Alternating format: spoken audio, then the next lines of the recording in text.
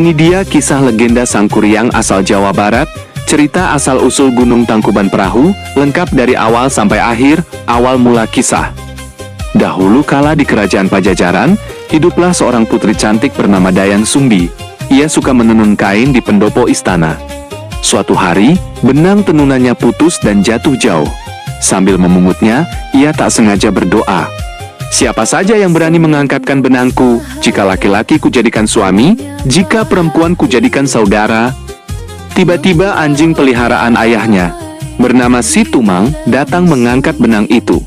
Padahal Si Tumang sebenarnya adalah titisan dewa yang dikutuk jadi hewan. Karena janji tak boleh ingkar, Dayang Sumbi menikah dengan Si Tumang, lalu melahirkan seorang putra gagah bernama Sangkuriang. Kepergian Sangkuriang. Sangkuriang tumbuh jadi pemuda kuat, jago berburu, tapi tak pernah tahu siapa ayahnya. Ibunya berpesan, kalau kamu berburu rusa, suruh Si Tumang mengejarnya. Suatu hari Sangkuriang berburu lama tak dapat rusa. Karena kesal, ia menyalahkan Si Tumang, menembaknya mati, lalu membawa pulang jantungnya.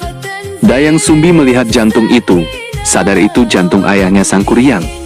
Ia menangis marah, lalu memukul kepala Sangkuriang dengan sendok nasi sampai berdarah.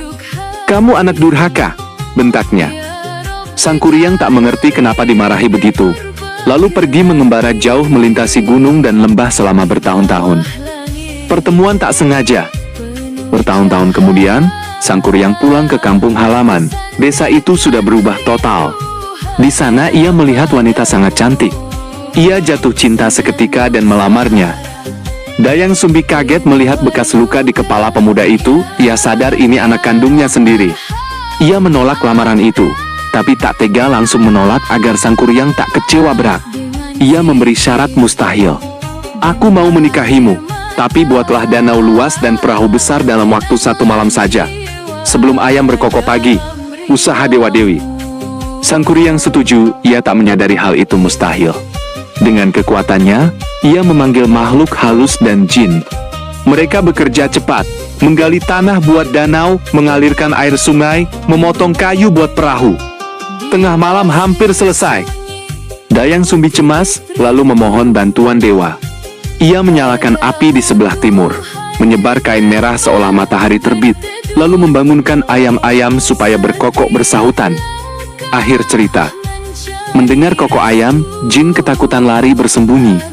Pekerjaan belum selesai sempurna, Sangkuriang sadar ia ditipu.